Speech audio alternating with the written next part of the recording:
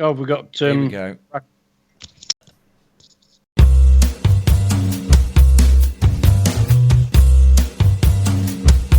I always remember when I did not understand how I used to stand under all the fool's rules running these lands.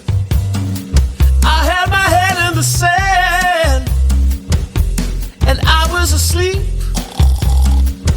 Now I learn a little more every day and I'm waking the sheep. Gonna say it out loud, say it proud, get it out, 'cause I'm burning inside, cannot hide it no more. I'm a raconteur too. Yeah, I'm a raconteur too. Oh, I'm a raconteur too. All the people in the chat room singing. Oh, I'm a raconteur too. One more time now.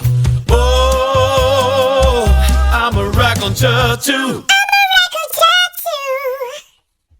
Welcome to Raconteurs Too. I'm your host, Ade Hardy, otherwise known as Captain Cliche, here to remind you that this world belongs to all of us, not just the chosen few.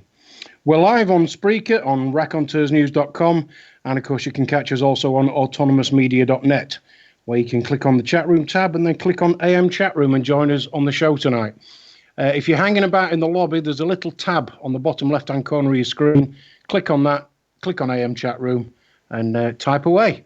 My guest tonight, all right, how can I tell you what, I once saw a T-shirt that said, "Who's watching the Watchers?"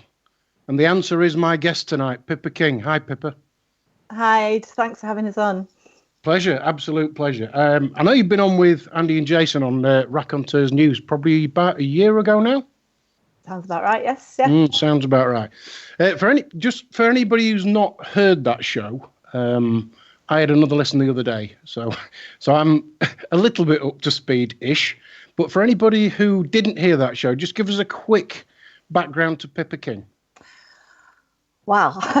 Okay, so I got involved with privacy and biometrics in schools back in 2004.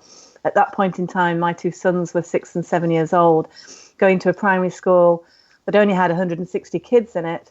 And I spotted a credit-size card fingerprint scanner in the library. Now, at this point in time, the technology fingerprinting children in schools wasn't that prolific.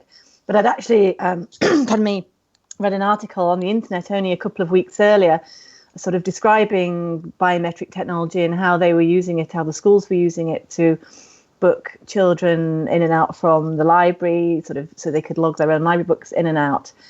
And I can remember reading the article and thinking, my goodness, that's just outrageous. How can they possibly take kids' fingerprints to, justify that sort of level of personal detail and information just to take a library book out? So I sort of dismissed it, and as you do, sort of suppose a lot of things that you see on the internet. But when I then sort of recognised this scanner in my child's school, I sort of couldn't believe my eyes. So I eventually approached the head teacher and said, when are you going to ask for permission for you to take my children's fingerprints? Because I'm not going to give it. That's outrageous. And she just looked me squarely in the face and just said, well, I don't need your permission. And for any, yeah. That was exactly my reaction. I was like, what? Because, anybody who's got children in a primary school or secondary school will know that you have to sign for all sorts of different activities, food tasting, swimming, school trips, photographs being taken, and all that sort of lot. So the fact that she could take my kids' fingerprints and put them on a database and not even tell me about it, every sort of gene in my body just screamed, no, that's just wrong. It's really wrong. And at the time, No to ID was sort of fighting against a national biometric ID card. And not that I was involved in that, but I was certainly aware that was going on. But yet at the same point in time, the next generation was being fingerprinted in schools without parents knowing, completely under the carpet. So I got in touch. I went back on the internet and got in touch with the website that had originally hosted the article that I'd seen about fingerprinting. And it was by a group called Action on Rights for Children. And I got in touch with Terry Doughty, who was running that group. And she said, well, we've had a couple of parents sort of get in touch and express their concerns across England and Scotland and Wales. She said, would you consider sort of coordinating these parents, and maybe we can lobby Parliament or the then Labour government to maybe get some form of consent, or really, I mean, in my eyes and in everybody else's eyes, parents and privacy organisations, that really that technology shouldn't be used in schools. And this was at a point in time, sort of 15, 16 years ago, when we weren't using biometric technology on smartphones or any of the sort of games consoles that the kids are now using biometric technology for. And really, that section of society, primary school children, were the only section of society that were using biometrics. And it was going largely unnoticed and very much under the radar, which hopefully myself and the other parents, there's maybe about a handful of less than 10 of us, sort of set to it and raised the profile somewhat in the national press and local press. And we lobbied Parliament for a number of years to try and get a change in the law. But the reason why schools were able to take fingerprints from children without telling parents is because we have a Data Protection Act, 1998, and under the Data Protection Act, there's a Schedule 2, I think, lists what they call sensitive personal data. And sensitive personal data is race, gender, ethnicity, religious beliefs, whether or not you've got a criminal record, whether or not you're a member of the union. And this is called sensitive personal data because it is quite sensitive to you. It's very personal to you. And biometric information is not listed under sensitive. So if any organisation wants to process any sensitive information about you or your child, you have to give specific permission in the form of a signed document that you consent that information, that data being processed. Now, biometrics don't feature at all in the Data Protection Act because the Data Protection Act dates from 1998 and the technology wasn't at all prolific whatsoever in the public domain. So, of course, the biometric information wasn't written into the Data Protection Act. I had no clue about this, obviously, at the time, but you quickly sort of bring yourself up to speed. If you're going to argue a case, you need to know exactly where you're coming from. And so, our view was really that we needed to get biometrics put under the Schedule 2 of the Data Protection Act to make it sensitive, so that if anyone, if any school wanted to process anybody's biometric information, whether it be a teacher's or even a teaching assistant, they have to give their express permission, apart from it being sort of, parents' right to give permission for their children. Unfortunately, we didn't get as far as that. We actually managed from 2004 to 2010 lobby the then Conservative and Lib Dem education departments, because they were in opposition to then Labour, who was in government. And they sort of rose various questions in Parliament about the use of the technology. And because schools weren't breaking the law, the Labour Department for Education just kept sort of reciting the same old mantra, well, we don't know about the technology, we don't know how many schools are using it. As long as schools aren't breaking any data protection laws, which they weren't, obviously, because the Data Protection Act was out of date, they really just didn't care. So that was where we sort of were with that. But it was a very interesting process. So yes, I do watch the Watchers. So I sort of come on from there because I set up different alerts to sort of feed into my email, biometrics, fingerprinting, iris scanning, that sort of thing. So I sort of generally now, I mean, sort of to go back to where I was before, that we lobbied Parliament and we got some clauses in the Protection of Freedoms Act, which got passed in 2012. So up to 2010, we had Labour in government and the Conservative and Lib Dem opposition. And they were quite keen, the Conservatives and Lib Dems, to do something about the fact children were being fingerprinted in schools. And so they sort of said, if we get into the general, if we get in after the general election in 2010, we'll do something about it, which was great. And they did actually do something about it. A bill was drafted called the Protection of Freedoms Bill in 2011. And that went through Parliament through the course of 2011 and actually got signed off as law, as an act, Protection of Freedoms Act 2012, in May 2012. And in Chapter 2, we've got 3 clauses in there which specifically detail the consent of parents and children with regards to biometrics in schools. So it's the first legislation globally to deal with biometrics in schools, and the sort of weight of consent is always with the person whose data is being processed, which is great. So, for example, So now schools have to, under this legislation, inform parents that they're taking or they want to take or they're using a biometric machine, whether it be for canteen, registration, access to areas, locker control, library access. It's sort of quite prolific in all sort of senses of the school day. So they have to inform parents that they are using this system, and parents have to sign a consent form in order for the school to process the children's biometrics. If one parent consents and another parent does not consent, the non-consent of the non-consenting parent overrides the consent of the parent who's consented. So the child's fingerprints won't be processed. Right. So, but it goes one step further than that. In the legislation, it says, even if both parents consent and the child chooses not to consent, the non-consent of the child overrides both the consent of the parents. So ultimately, the non-consent sort of takes precedence. Unfortunately, unless you are familiar with that particular legislation, and you wouldn't know that. I mean, schools, and I've just done a big Freedom of Information request survey on how schools are actually interpreting the Act. A lot of schools present the fact that they've got a biometric system as a fait accompli and just sort of say, please sign here. Then they make no mention of, well, you don't have to consent if you don't want to. And schools, if for those parents and children that don't want to take part of it in a biometric system, the school has to, under the legislation, provide an alternative PIN or password or some alternative system so no child is discriminated against if they don't want to participate in the biometric system. But as I say, schools generally omit that detail and sort of present it as a fait accompli, as you would do processing a photograph or, consenting to having first aid at the school. And you say, sign here for this, But there are some parents that are sort of aware. So I guess what I'm trying to do at the moment is, now I've sort of seen how the Act's been interpreted since 2012, is sort of to make schools and parents and children, really, because ultimately it's their data that's being processed, more aware of the rights that they've got. I mean, way back in 2001, when this technology was actually introduced in schools, the sophistication of the system was very basic, basically. So what happens when you put your fingerprint on a fingerprint scanner is the fingerprint scanner will look at the whoops and swirls of your fingerprint arches and ridges, and it will sort of plot the important points or the salient points of that, put it into a little sort of pictorial graph, and work out maybe a 40-digit or 20-digit algorithm, like a number string from that.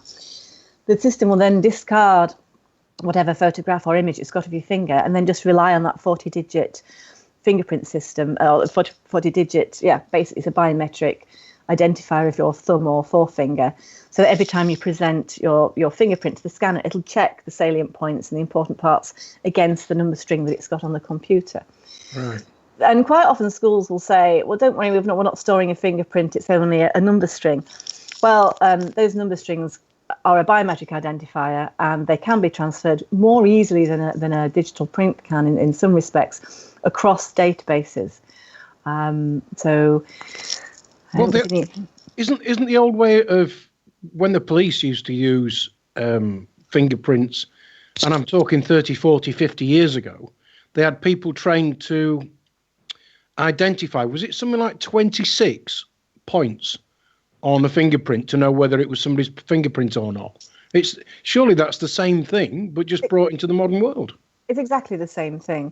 And these systems, like the Police National Database, can talk to Interpol, that can talk to Europol, that can talk to the FBI database, even though they're not operating, even from the same companies. And the protocols will be different within each database. There are programs that make the databases interoperable so that details can be transferred across from one database to the next. Not forgetting, of course, that it's not some startup company that decided to make a fingerprint system or a fingerprint technology available to schools. This is ex-military. This has come from the military. So the people or the companies that are supplying the military, I mean, notably the first company, Microlibrarian Systems in Manchester, that brought this in for fingerprinting children in libraries, they were getting their systems from a company called Digital Persona. They in turn were getting their technology from a company called Antion, and Antion were supplying Guantanamo Bay with their fingerprint systems way back when, sort of in the 1990s. So that was the original technology that was used in the UK. And also, as what has to be said, because one of the first things I did when I sort of found that we were doing this in the UK was look abroad and thinking, well, there must be some sort of precedent set somewhere else, what's gone on abroad. So the first place I looked was the States. There was nothing particularly happening in the United States, nothing in Europe, nothing in the Far East or Middle East particularly. I mean, I did find that microlibrarian systems had trialled some of the technology in China on Chinese children before they actually brought it over to the UK, obviously to check if it was working properly.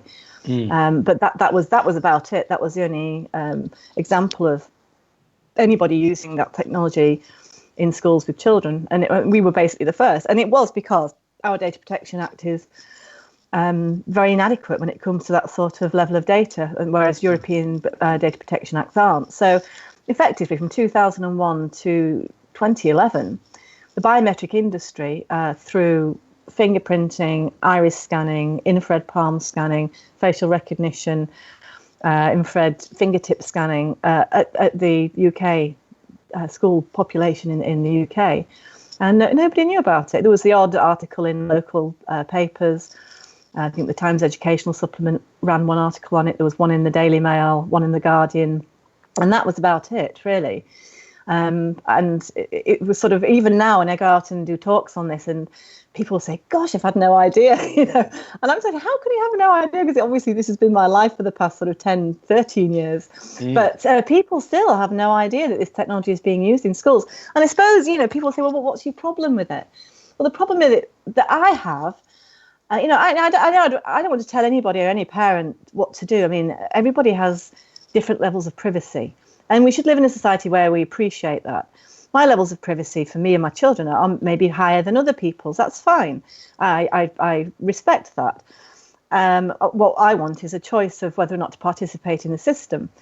The fact of the matter is, like I said, this particular technology was, even though it had come from the military, Antian, wasn't particularly sophisticated. The technology now, 15, 20 years on, or nearly 20 years on, is so much more sophisticated. The detail and quality of the fingerprint algorithms that can be taken are far better than they were 15 years ago, in which case it makes the data more reliable, more transferable, more hackable.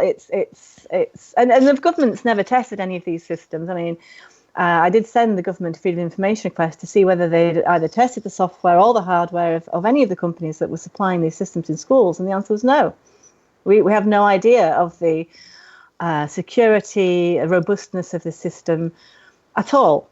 So I think, when you can actually access a school meal or a library book without having to give your fingerprint up, because once you've given that digital number string up that's specific to your biometric, that's it. It could actually go anywhere.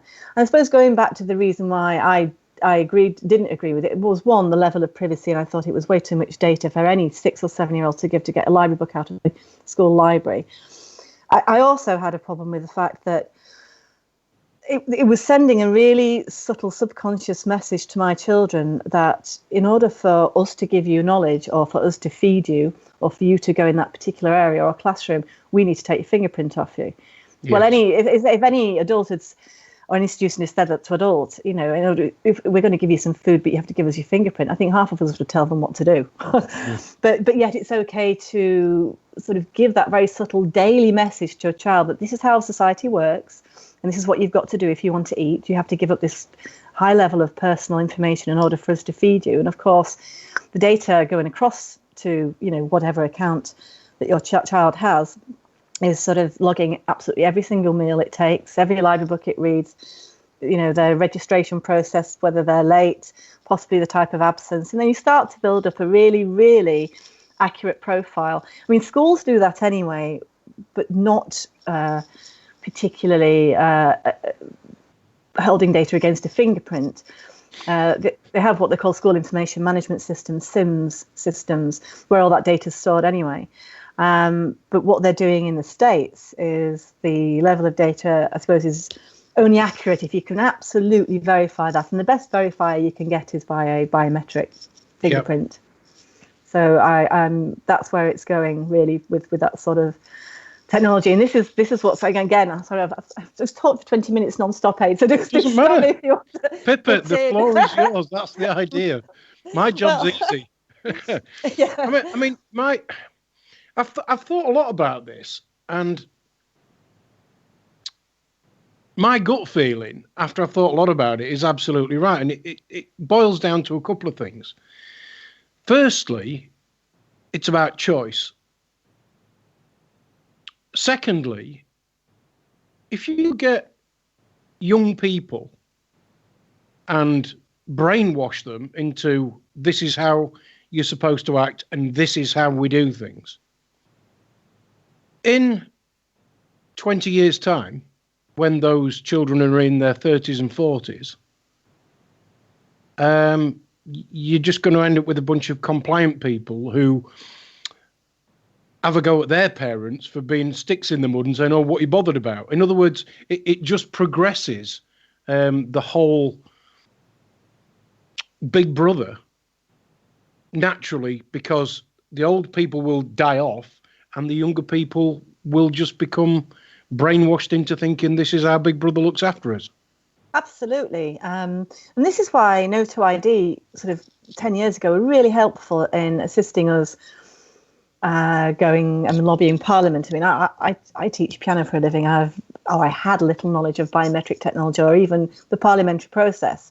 So it was great that Action on Rights for Children and No to ID helped us and sort of opened a few doors with respect to sort of lobbying MPs. But they were very concerned, and rightly so, that basically they were fighting a national ID, biometric ID card, sort of way then, sort of 10 or 15 years ago, when actually all the government would have to do is wait another 10 or 15 years, and the next generation that have been through the school system, that have been quite used to saying, yeah, there's my fingerprint, I've not thought anything about it. Yeah, they're in a compliant situation.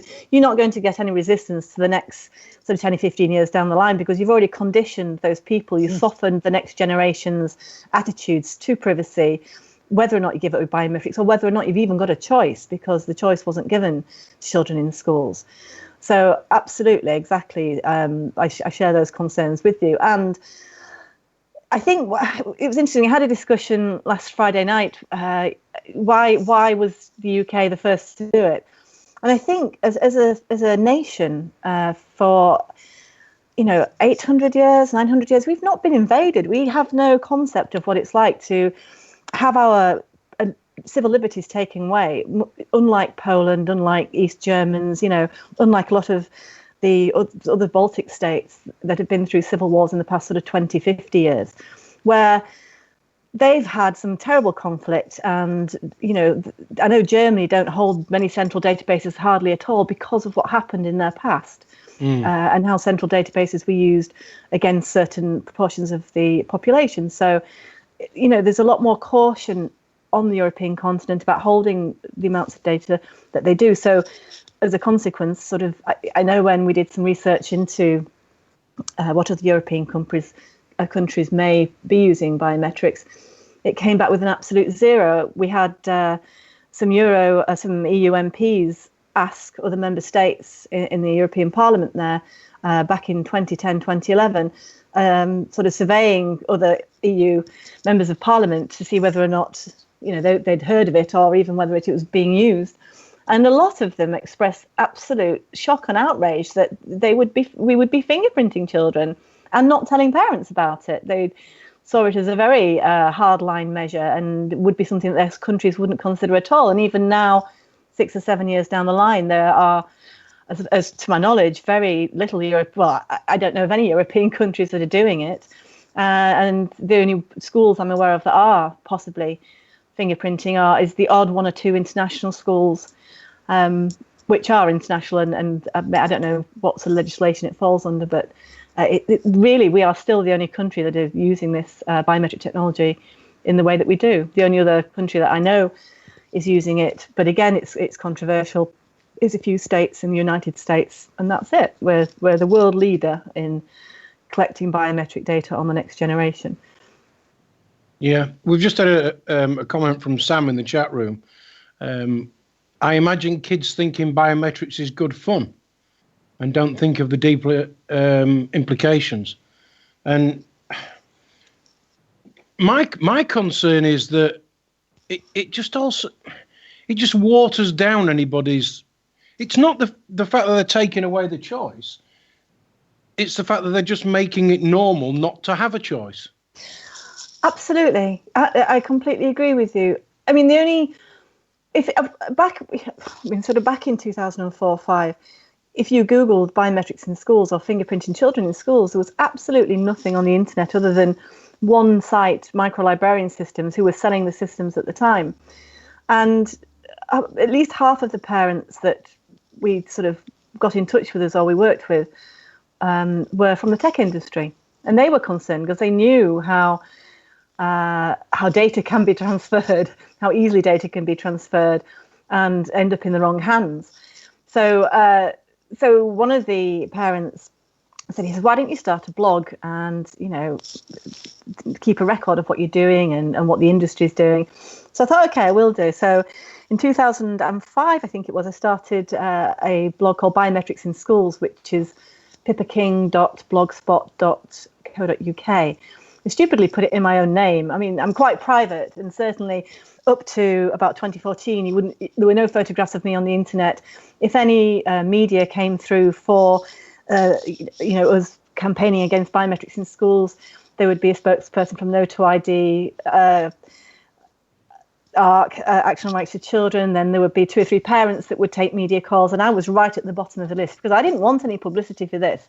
I simply did my blog, sort of kept everybody aware of what was going on, sort of nationally, internationally, which is hardly anything, my perspective of it, what was happening in Parliament with parliamentary questions. And I just thought, nobody's ever going to read this. It's not going to catch on in schools.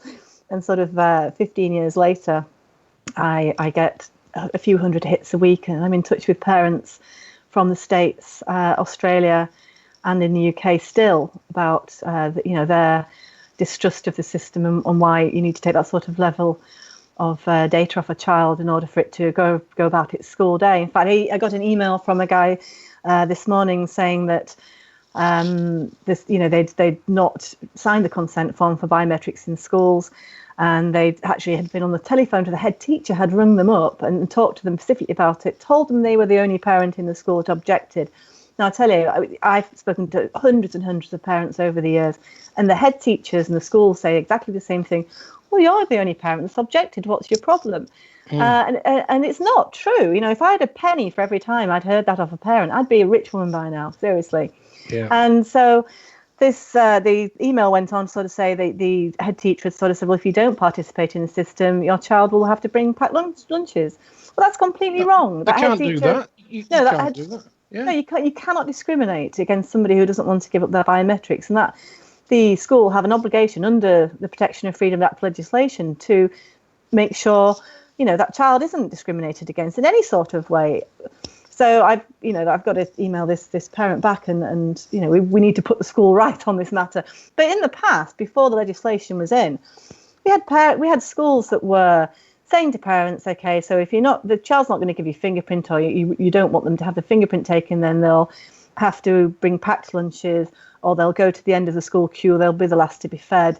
And we had one school, Morley High School, and I don't mind saying this because it's absolutely that their treatment of the children was terrible. Anybody who wasn't fingerprinted for their secondary school canteen system had to bring a packed lunch and actually eat it outside in a shelter. They weren't even allowed in the canteen. This is Morley in Leeds? Morley High School in Leeds, yeah. Oh, word. Yeah, absolutely outrageous. And parents were told, well, if you don't like it, take your kid elsewhere. And you can't do that to a child. I mean, child has social setups and social groups going, and that would be terrible for a child to take it out of school in its secondary education. So what do you do as a parent? If you get bullied into, your child, you must get certain pressure from your child to, comply as well. And I think it's got to be okay for children not to comply, because at the end of the day, it's only for food. You should. Why don't they use? I know there's sort of cash. Schools will say, well, there's bullying with regards to cash. Well, these biometric machines that they've got in schools require, if you don't want to use parent pay or any sort of digital pay system, you take a £20 note in and you feed it in the machine. Well, £20 notes weren't taken into school for school dinners. So arguably, there's more of a reason to bully for cash if you're taking 20 quid notes into school as a child than there is if you were taking £3 in for a school meal. And schools will say, well, biometric systems or cashless catering stops bullying. Does it heck? If you've got a bullying problem, deal with it. No technology is going to deal with bullying. Bullying is an attitude. It's not something technology can sort out. So the various reasons why schools cite that they're using biometrics for is very weak, in my opinion. And it is, there's nothing to prove that it stops bullying or improves children's diets or anything like that. It's simply surveillance. And it's softening up the next generation to a more biometric-driven society. Yeah. How widespread is it throughout schools? Well, this is interesting. We have a school population in the UK of about 9 million, roughly about 9 million children. Way back in 2007, we thought about 3.2 million had experienced biometric database. The central government has no figures, local authorities have no figures, because each school now sort of operates as its own little mini local authority. So one of the ways that I've been able to gain information about the level of biometrics and what biometrics being used is by using the Freedom of Information Act. So in the UK, we have a Freedom of Information Act, which allows anybody to ask any government-run institution a question, and they have to answer you within 20 working days. So you simply type out a question and then email it to whatever government department, school that you want to get an answer from, and just say, please regard this as a question of the Freedom of Information Act 2000, and they will have to reply to you. So what we've had to do, what we did back in 2007 is we, Freedom of Information requested hundreds of schools to get the 3.2 million figure. And really nobody's done any research on that since then. And Big Brother Watch brought an article out in January 2013 saying that they thought it was still about 3.2 million. But what they'd done is they'd sent out, I think, I'm going to say over 3,000 information requests, only got about less than 1,500 back, and based their figures on the 1,500 replies they had back. Now, I did a similar exercise for the Protection of Freedoms Bill committee. So this is Protection of Freedoms Act. So before an act becomes an act of Parliament, it's a bill and it goes through the various committees and different Houses of Commons and Lords. And so I did a report for them because they wanted to know how prolific the technology was in schools. And so I sent out 400 Freedom of Information requests, and my response rate was below 50%. And I couldn't give them figures based on that below 50% figure. So just out of interest, I had I'm going to give you rough approximations now. On my website, there's an article on this, but I got probably about a 25%, I got a 40% response rate from, I think, the schools in Liverpool, which indicated that about 25% of those schools were using biometric technology. I decided to ring round the rest of the schools and just ask them the question, are you using biometric technology? That figure rose to over 70% of the schools that were using biometrics. Schools that are using biometric technology tend not to want to admit that they're doing it. Pardon me. So I've just sent out 400 Freedom of Information requests before Christmas. I had an appalling 17% response rate. I should have had 100%. These schools are not giving up information as they should do. So what happens if they don't give up the information? What's your next step? So the next step is you then have to go back to the school after 20 days and say, you've not replied to my Freedom of Information request. Please, can you conduct an internal review as to why? So that's another 20 working days, another month they've got. And they generally reply in that sort of timescale, though I'm still looking at sort of more than 50% that haven't replied. At that point in time, you have to go to the Information Commissioner's Office, which oversees the Data Protection Act, Freedom of Information Act. And you say to them, well, I've asked all these questions, and then it's their job then to chase up the schools or whatever institution hasn't answered. But that could take months. Months. I mean, we do have a good Freedom of Information request system here, but unfortunately the body that oversees it, the Information Commissioner's Office, like every other government department, has had its budget slashed. I don't think that's right, because I think the body that's overseeing data processing, data protection in this day and age should be getting larger and larger and larger, looking at how people are processing data, because the way that companies, corporations, governments schools are processing data is just growing and growing and growing, while the public body that's meant to be overseeing it is getting smaller and smaller. So they're a very good organisation in my experience, but they're very time constrained. So, but I'm not going to give up. I think people don't answer, or institutions don't answer freedom of information requests because they bank on you giving up. You know. Yes, you've just got to be persistent. Yeah. Yeah. I mean, the word budget always is a red flag for me because, as I've said on this show before, if I go and book a holiday and I've got a budget of £1,000, it doesn't mean I've just got £1,000. I might have £5,000 or £10,000 or £15,000. Yeah. But the budget that I've got for my holiday is £1,000. So when they say, I haven't got the budget for that, no, but they've got the budget to buy biometric equipment to spy on the kids. Yeah, they have. I mean, some of these systems, if you're buying a complete sort of cashless catering system with biometrics and all the database that's going with that, you can be talking in excess of £30,000. And surely if you buy a BMW for £30,000, you kind of work out that you're going to have to service it and you're going to have to pay for the upkeep of it. Yeah. Well, these schools they have service level agreements with the companies that supply.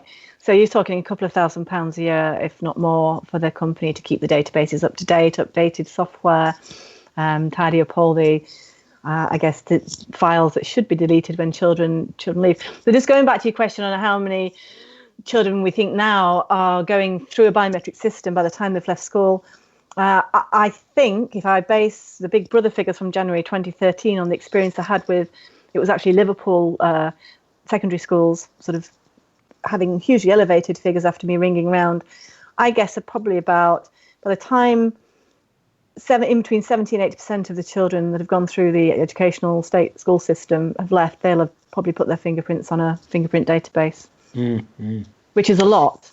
Yeah, the company that I work for, sadly, I have to go into the office once a week for about 2 hours.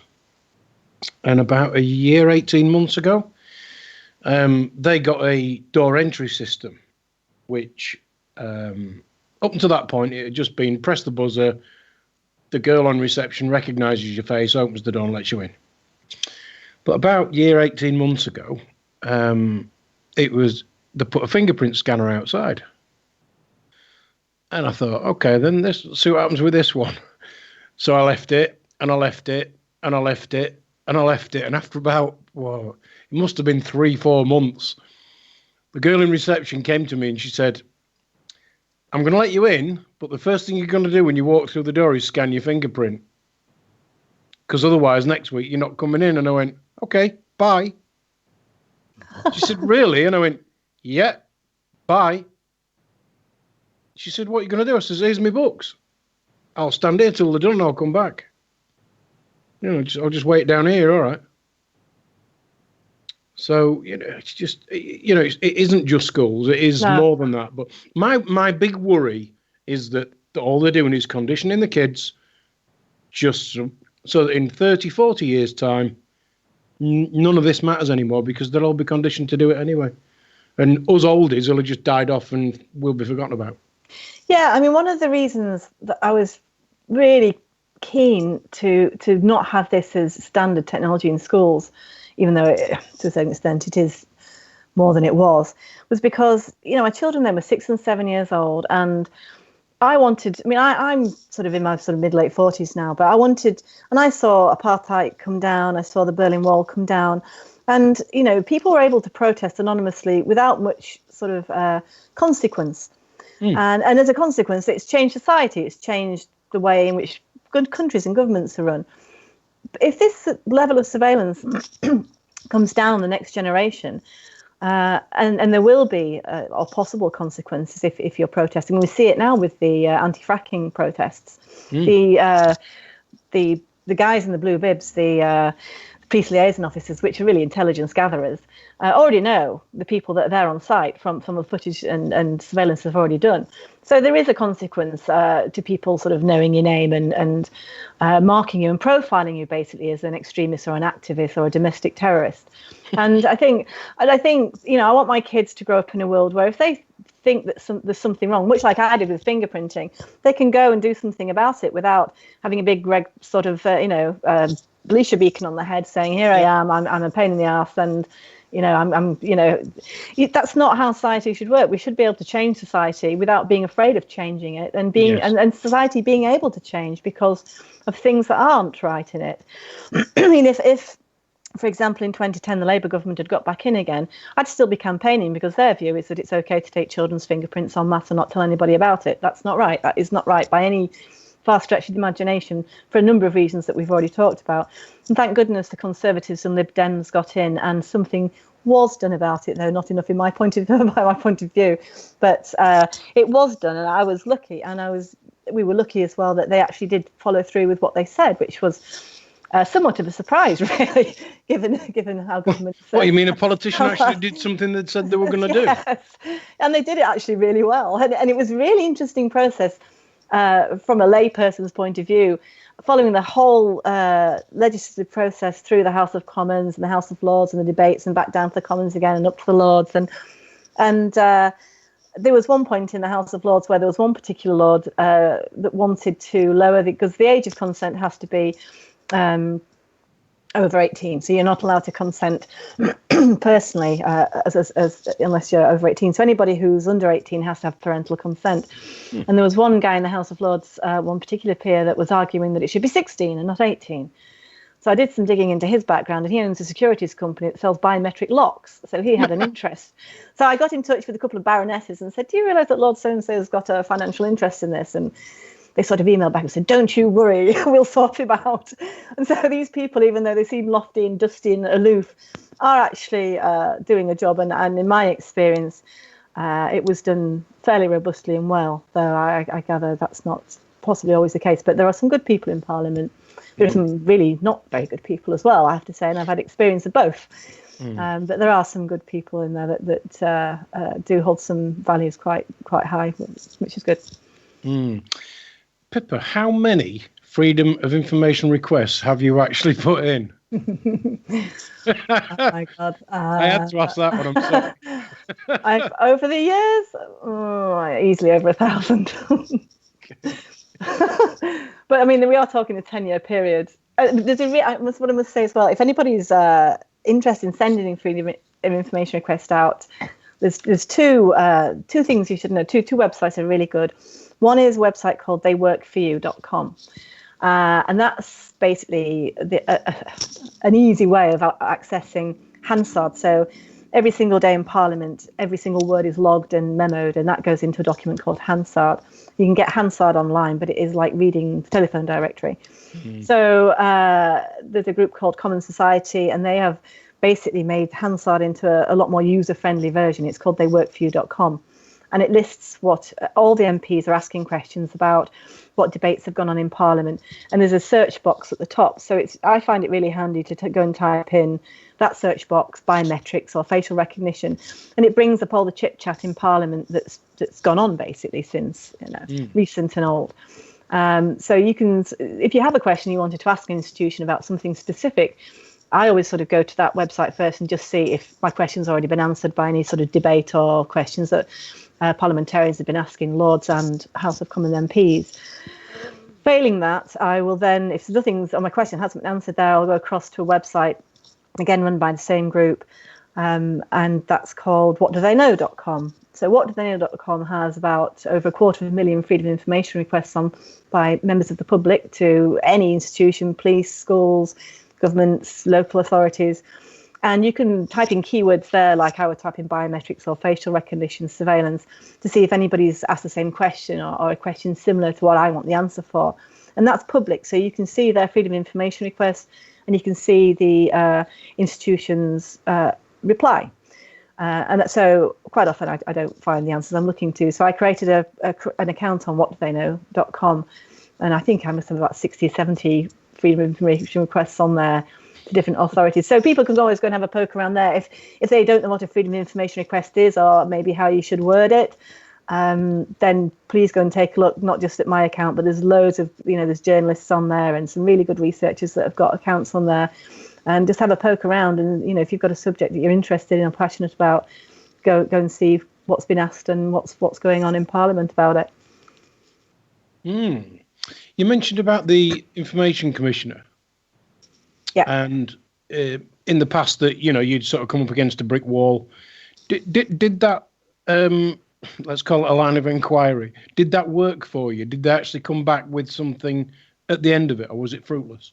No. The Information Commissioner's Office is, in my experience, when I've gone to them with schools that haven't either given satisfactory answers or haven't answered at all, they've been really helpful, actually. And they've gone to the school and sort of given the school a bit of prod and said, you've got an obligation under the Data Protection Act or the Freedom of Information Act to give this information up.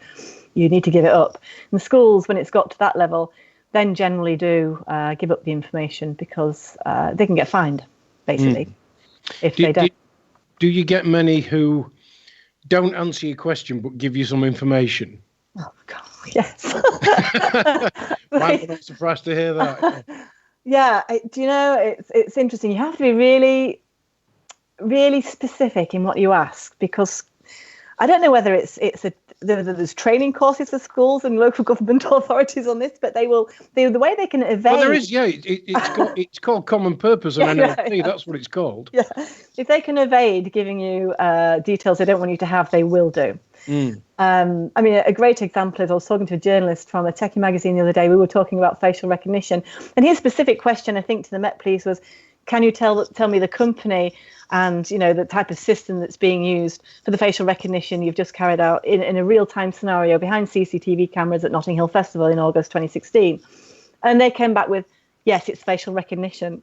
I was like, yeah, we know it's facial recognition, but we want to know the details of the company. Yeah. And so you then have to go back to the Met Police and say, "Come on, guys, this isn't an answer. We know it's facial recognition. We want the details of it." And they'll say, "Oh, we regard this as a new freedom of information request. You've got to wait another 20 days. So you're like 2 months down the line. This is what they do. I've had this with the Home Office where they've kicked me into the long grass about 4 or 5 months, and I've had to wait for questions on biometric systems that they're planning on bringing in over the next few years. And it's demoralising, but it's almost funny. Sometimes you can get, but it's not funny actually, because it's really deadly serious. Well, either they're evading it or they're an idiot, one or the other. If the level of stupidity in some of the answers that I get from government institutions like Department of Education and Home Office are that bad, then we're in trouble, because we do have idiots running the country. Yeah. We have anyway, but yeah. Yeah. But it's not. It's they're just kicking me into the long grass because they don't want to answer, basically. And they know that the process that I then have to go through with the Information Commissioner's Office then takes a number of months. And by the time that's gone through the process, whatever contract they've gone out to. So, for example, the Home Office are out to contract at the moment to have a biometric supplier or tech company come and amalgamate photograph databases into one big database. So you've got the passport, driving license, custody suite, so that this database can be amalgamated into one big database, and security services and different government departments can run facial recognition checks on those photographs that initially we just gave up because it was just a photo. I gave my photograph up for my driving license thinking it would be on a single secure database and it wasn't going to be used for anything other than just to check I was the person driving my car. No, not now. It's the game is changing big style, and I've asked questions to the Home Office about this, and they've just said no, we're not going to answer you because of there's an exemption under the Freedom of Information Act about national security. And I thought that's always the one they bring out, isn't it? Yeah. National security, and domestic terrorists. What, you mean somebody who bothers to ask a question? Well, I think I think if somebody's going to use my face to identify me, I'd like to know the company that's doing it, and I'd want to know what the false positives and false negatives are. So false positive is when the system says, yes, this is you, and it's not. So it's identified you, in a positive way, but it's a negative. So, and a false negative is when you've presented yourself to the system and it's not recognised you when it should have done. And, well, apparently we've all got a double somewhere. Well, this technology is not sort of tried and tested at all. I mean, the fingerprint technology, they think that 1 in 1,000 fingerprints that are presented to them, you get a false positive or false negative. Well, basically, that's one child a day in a school of 1,000 kids that are eating school lunch has a problem with the fingerprint system because it's not robust enough. I mean, the schools get the cheap end of the fingerprint technology. I mean, the high end is in the military. They're not going to give that to schools fingerprinting. We get what was 2 decades ago technology, which is fairly mature, but yet it's more sophisticated than it. Technology is sort of getting more sophisticated, year by year, week by week, really. But I mean, the one thing about biometrics that sort of looking at it over the years, and also not just looking about what's going on in schools, but seeing how it's being slowly introduced into telephone banking, mobile telephone usage, that sort of thing. Using your voice as your password? Yes.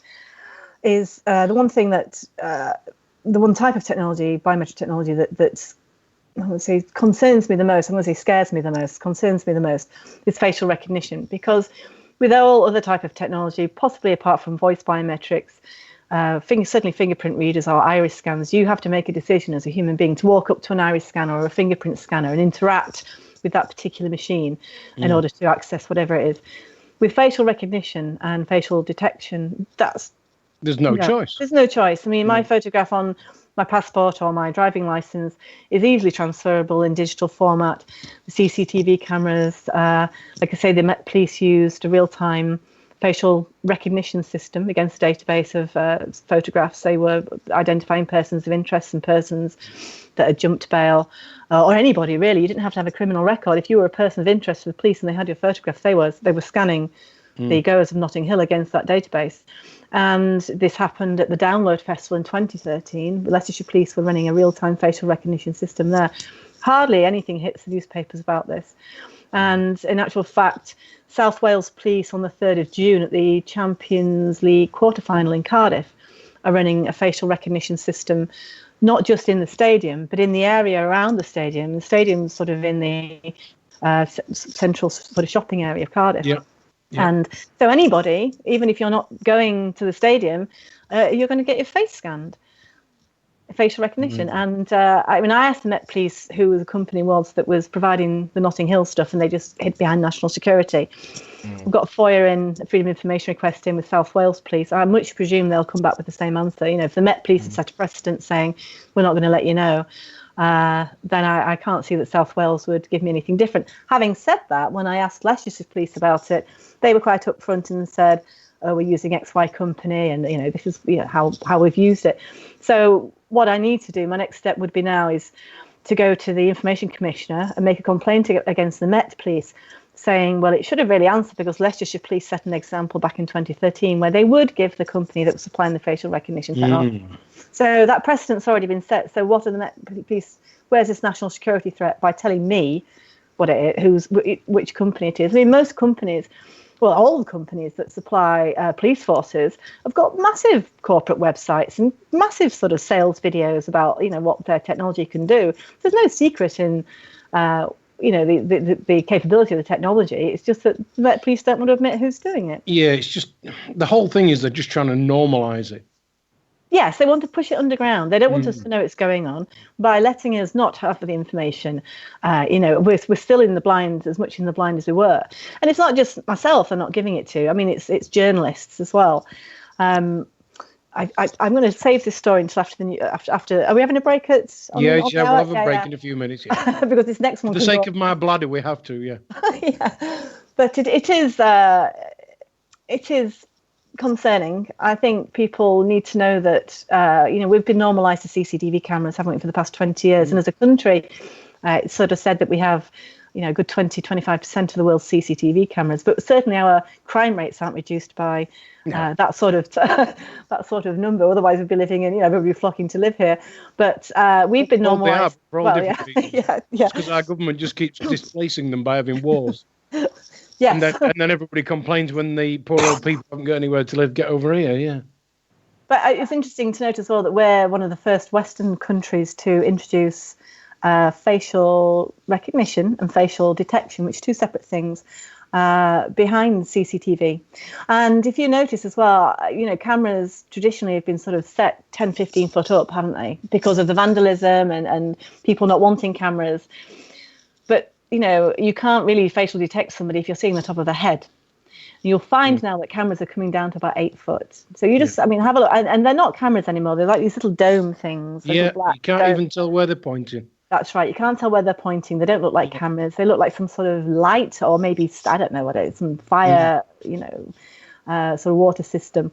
But they're a lot lower than they used to be. And this is because, I'm only aware of possibly 3 local authorities, public space areas that are wanting to use or are using or planning to use facial recognition or facial detection. But I think in general, just because the cameras now need to capture faces, because they can be used in a sort of retrospective scenario, to not necessarily in a real-time scenario, but certainly if an incident has happened, then they've got pictures of people's faces rather than pictures of people's tops of heads. See, the one that always sticks in my mind is Facebook.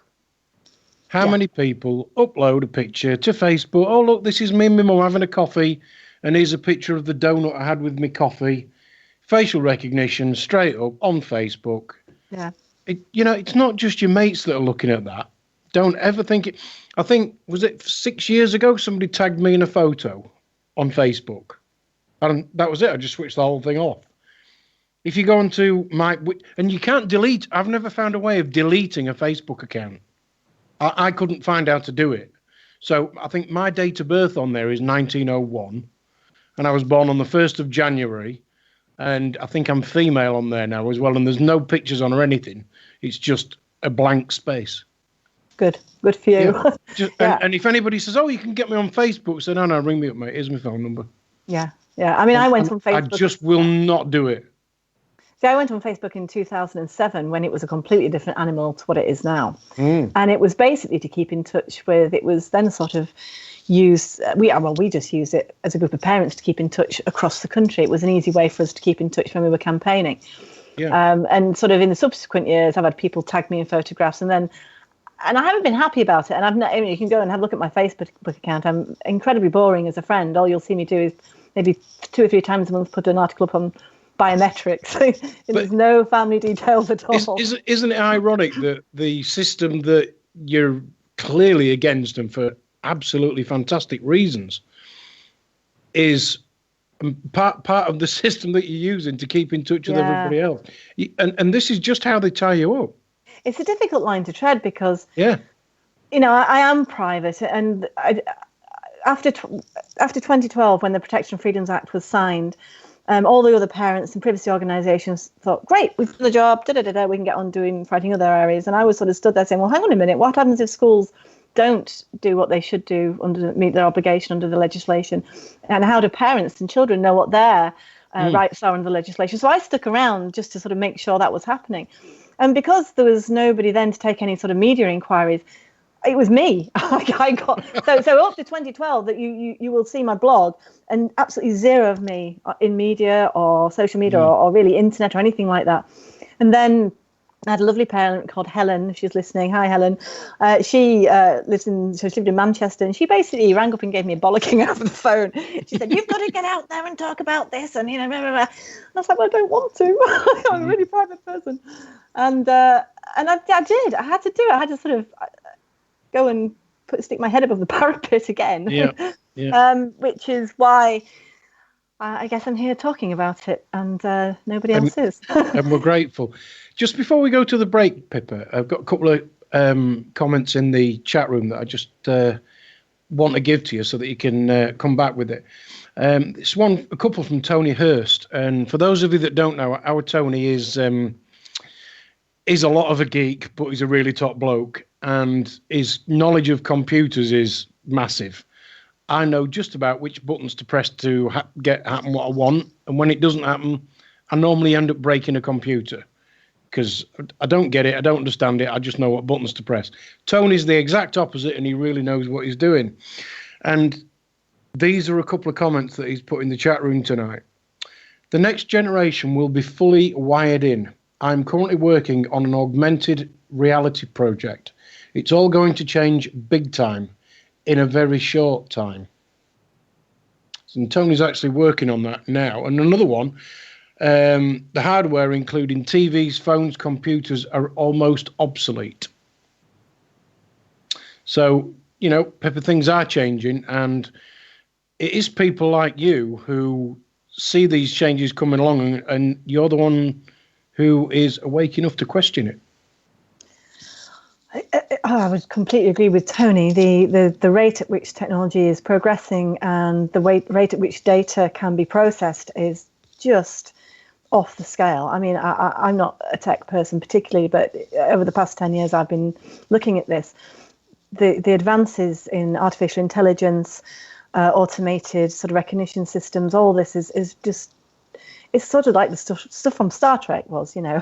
Yeah, it is. And going back to the sort of CCTV issue, essentially the street furniture, the CCTV stays the same. To us, it just looks like CCTV cameras. But what is running behind it, and what's and the way that these different databases are talking to each other, predicting, you know, possible areas of hotspot crime, predicting what you might, as an individual, do based on your online data and what you've eaten for school, you know, school meals in the past, is we have no idea, because essentially the world still seems the same, but what's going on behind the scenes is just not at all as it was at all. Yeah, it is definitely moving fast. Okay, well, let's take a short break. Just to sort of give people a bit of an insight into what we're going to be doing in the second hour. When we spoke a few weeks ago, Pippa, there were things that you couldn't talk about because you didn't have the information come back to you. And hopefully you can give us a bit on that when we come back after the break. So we have loads and loads of requests for the music in between the breaks and at the end of the shows. And I'm glad to say we've got Heath Dweft back on the playlist tonight. So here's a track from Heath. This is Calais.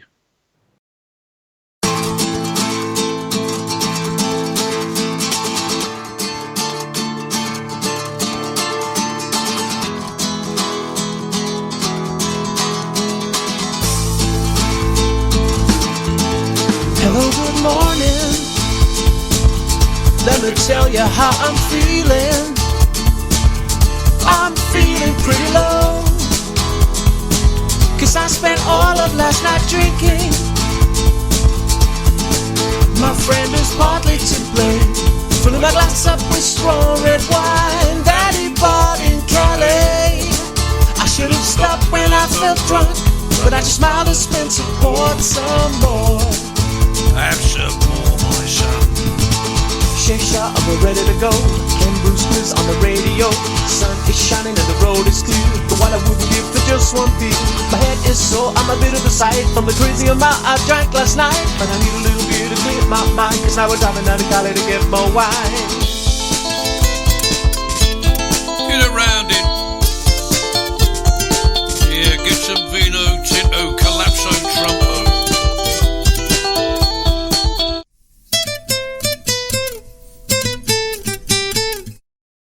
Hello, good morning. Let me tell you how I'm feeling. I'm feeling pretty low, 'cause I spent all of last night drinking. My friend is partly to blame, filling my glass up with strong red wine that he bought in Calais. I should have stopped when I felt drunk, but I just smiled and spent and poured some more. Have some more, my son. Some check shopping's out of the way. Town is busy 'cause it's my steel day. The girls looking fine and the night is young. If I just have a pint and a bourguignon, not getting drunk, I'm about to say that I'm never gonna drink as much as yesterday. My friend across the table who's having a laugh starts pouring me a wine from a little Syrah. Are again tonight. Get around it. Hitting every bar in sight. Get around it. But I'm starting to stumble and tumble and mumble to you. Get around it, lad. But you are here when I'm weak, and I will lean on you. Hey, get around in, bonny lad. Tonight we're gonna have no funky time. Tonight we're gonna have no funky time. Tonight we're gonna have no funky time. Tonight we're gonna have no funky time.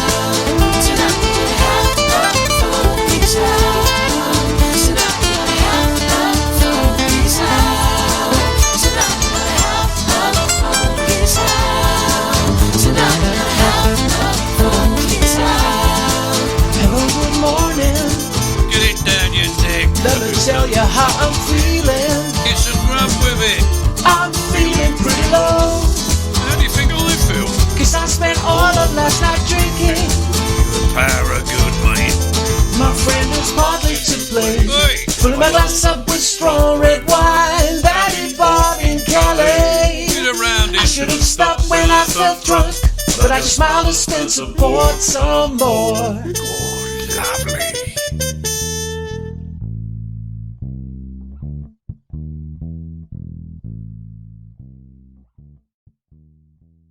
Live. And welcome back to Raconteurs Too. My guest tonight is Pippa King. She's the one who's watching the watchers. And she's got some other people helping her as well, I'm sure, and lots of concerned parents about biometrics in schools, which is how Pippa King got involved in this back in 2004. So she had 13 years of experience that she's sharing with us tonight. And I won't tell you that she was concerned about putting a bit of lippy on tonight to do the show, but you didn't need to, Pippa. Trust me, you're fine. That's good. So when we spoke on a quick Skype chat a few weeks ago, you said to me that the date that we'd got you booked in for to do tonight's show was good because you were expecting some more freedom of information requests to have come back to you. Did that happen? It did, but it didn't have the desired answer that I wanted. And I knew you were going to say that, so we've not discussed this. And that's because of what you said in the previous hour, which is that really they just put as many obstacles in the way as they can. Okay, so here's the story. Back in 2007, there was a Home Office Select Committee that was looking at a surveillance society. In fact, it was called a surveillance society. Mm-hmm. And David Smith, who was the Deputy Information Commissioner at the time, was interviewed. So a select committee is basically a panel of 12, 15 MPs that are either qualified or have a personal interest in a matter. And so we have science select committees, education select committees, health select committees. And they are having inquiries into things. And this that looks in detail at a certain topic of health or education.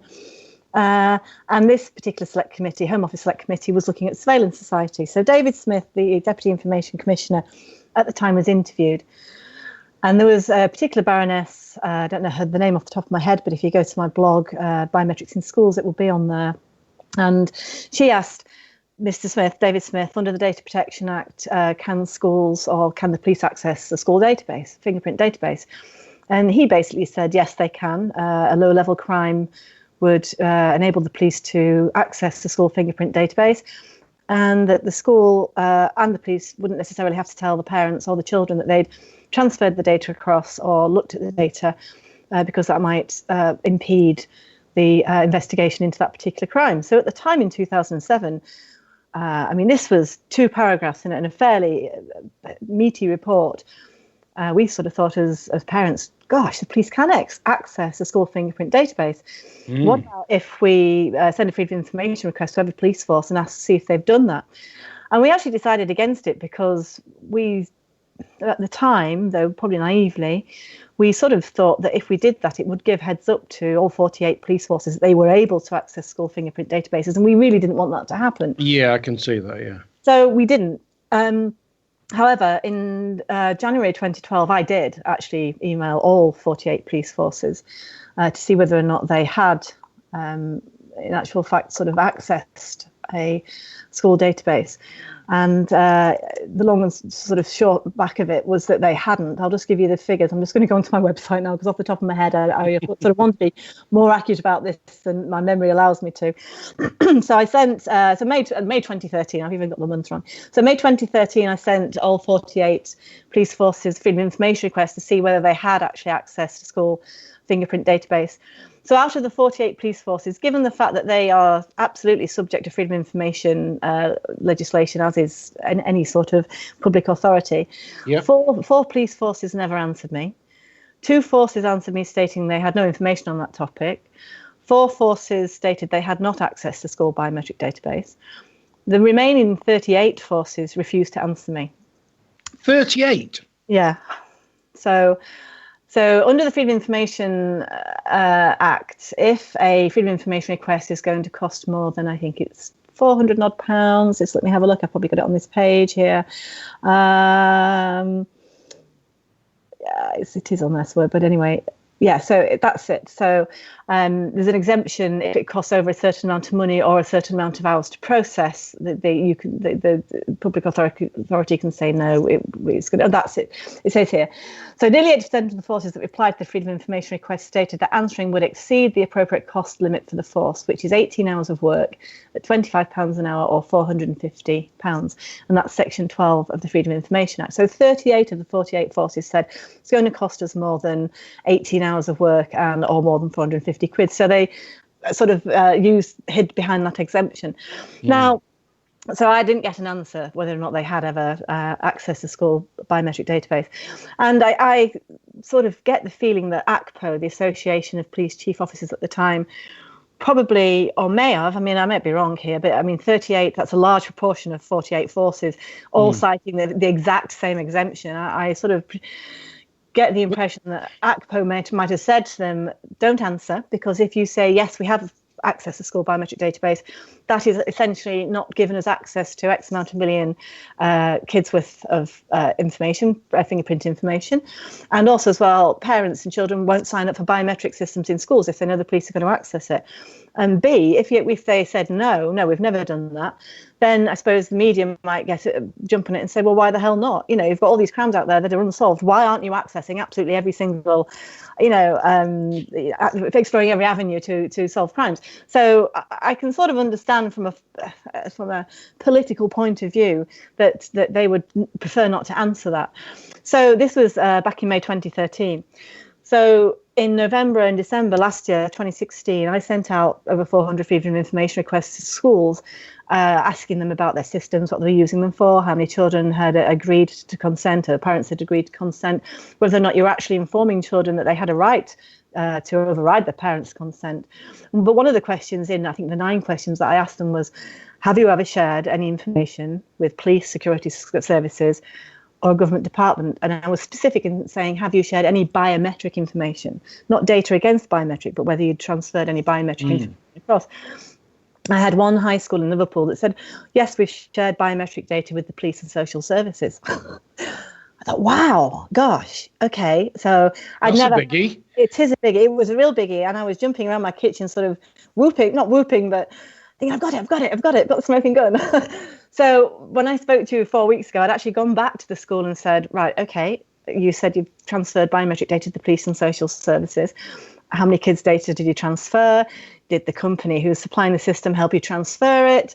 In what format was it transferred in? And the school sort of came back and said, no, we haven't transferred any information. So I got back to them and said, right, okay, so I've asked you a specific question on whether or not you've transferred children's biometric data to police or to any government department. You answered police and social services. Are you now telling me that you lied under freedom of information, which you cannot do? A local authority must give answers to a freedom of information request that are robust enough to stand up in a court of law. So them lying to me, again, could subject them to a fine from the Information Commissioner's Office. So they got back to me and said, oh, sorry, it was a mistake. We didn't mean to answer like that. So, and this was only about 10 days ago they got back to me. And I thought, now, when you're asked a specific question about where you've passed children's fingerprint data to, and you answer police and social services, and then you say that was a mistake, And these are people who are supposed to be trusted with children's biometric information, and they can't even decide whether or not they've shared it or not. It seems funny, doesn't it? And what I will do is go to the Information Commissioner's Office and present this to them. Now, essentially, I have to take the answer that school gives me as the truth, which their last answer or their latest answer is they made a mistake and really they hadn't actually shared any fingerprint data with the police. Though why they would say they'd done that if they hadn't, I don't know. But because it's never been proven that children's biometric data has been transferred from a school database to a government database in any country, whether it be the States, UK, if that particular detail came to light that school fingerprint databases were transferable and are transferable and have been transferable, then it would blow the whole technology out of the education system because, well, I don't know whether it would. I mean, certainly I think if it was common knowledge that the fingerprints that children gave in schools were transferred onto the police I don't want national database, then I think children let alone parents, might think twice about giving their fingerprints up. There might be a whole section of society that would think, well, if you've got nothing to hide, you've got nothing to fear. But well, if that were true, we'd all be sat naked now, wouldn't we?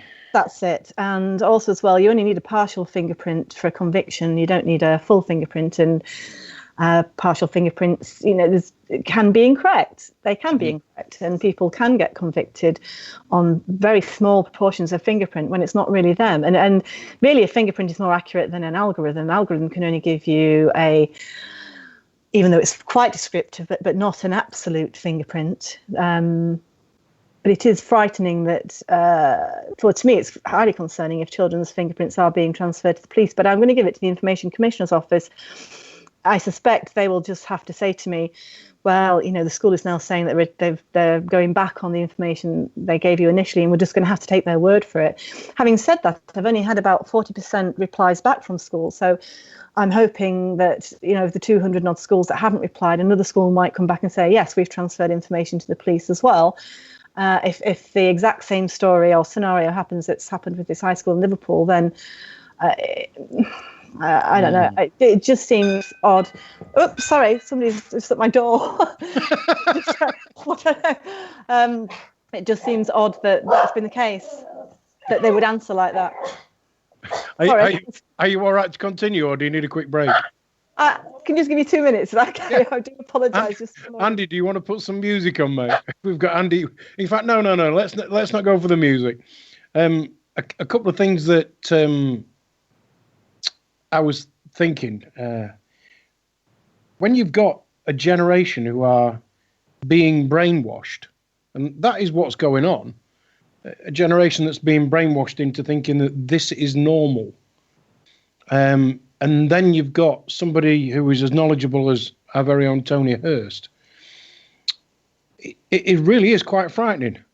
And what I believe Pippa's trying to do, and is doing a really good job of, is making people think. And she's doing the thing of question everything. Couple of things, Pippa, because Pippa's now back with us.